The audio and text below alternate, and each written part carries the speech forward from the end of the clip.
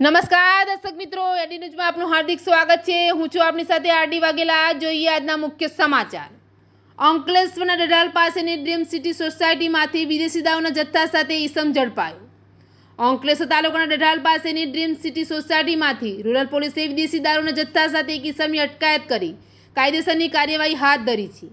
Ankleshwar rural પોલીસનો staff પેટ્રોલિંગમાં હતો તે વખતે માહિતી મળી હતી। માહિતીના આધારે ડઢાલ ગામ પાસેની ડ્રીમ સિટી સોસાયટીમાં એક મકાનમાં રેડ કરતા વિદેશી દારૂનો જથ્થો ઝડપી પાડ્યો હતો।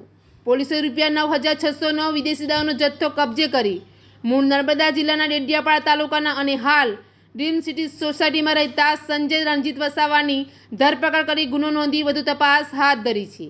એડી ન્યૂઝ સાથે રિપોર્ટ જયેશ પ્રજાપતિ, અંકલેશ્વર।